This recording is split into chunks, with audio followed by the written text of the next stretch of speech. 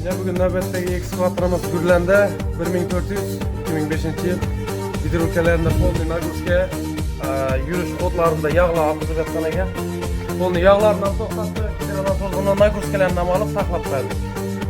Hazır heydep, bunu hem göstermem beraber. Yine Hazay'ın özü, Murat, Milçek, normal mi? Ecayip.